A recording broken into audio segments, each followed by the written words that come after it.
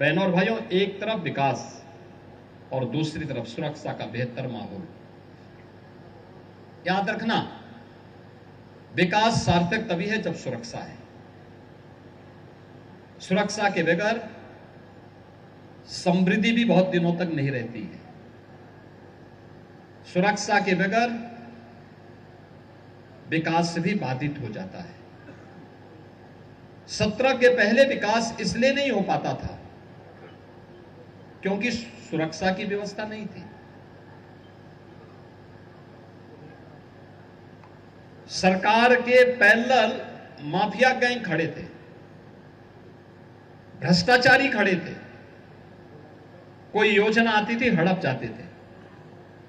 किसी गरीब की जमीन पर, किसी व्यापारी की जमीन पर, किसी भी सज्जन की जमीन पर जबरदस्ती कब्जा कर लेते थे। लेकिन आज कोई कब्जा नहीं कर सकता। आज कब्जा करेगा तो उसका मालूम है कि फिर लेने के देने पड़ जाएंगे। लेने के देने पड़ जाएंगे, इसलिए कोई कब्जा नहीं करेगा आज के दिन पे।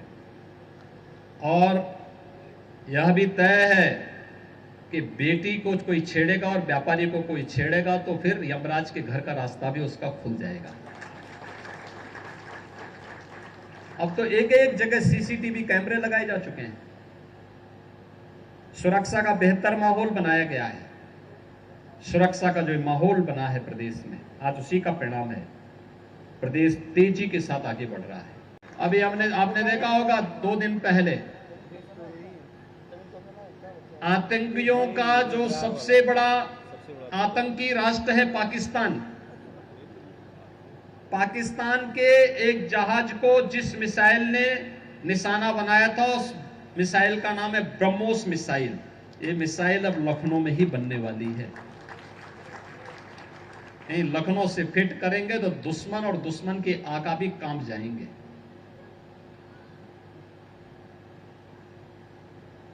अब लखनऊ में बन रहा है।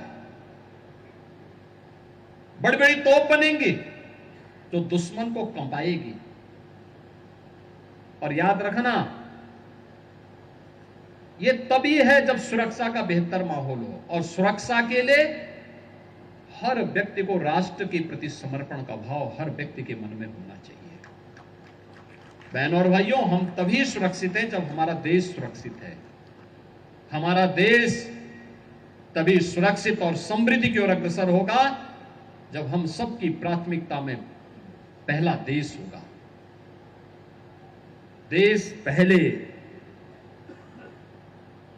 जब इस भाव के साथ हम काम करेंगे, कोई देश के आन मान और शान के खिलाफ गुस्ताखी करेगा तो फिर उसके छक्के छुड़ा दिए जाएंगे।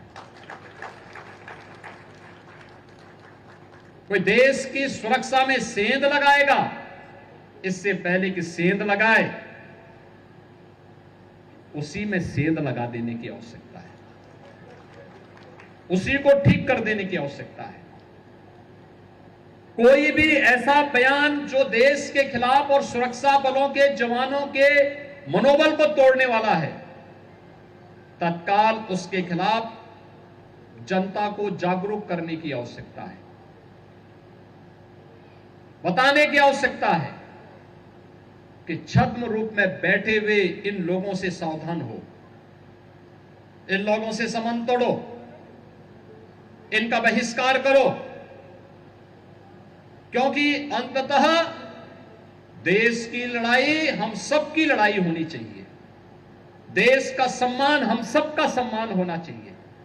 और उस भाव के साथ जब हम काम करेंगे तभी हमारी आध्यात्मिक विरासत, तभी हमारी समृद्धि और तभी हमारी सुरक्षा इस रूप में संरक्षित रह पाएगी।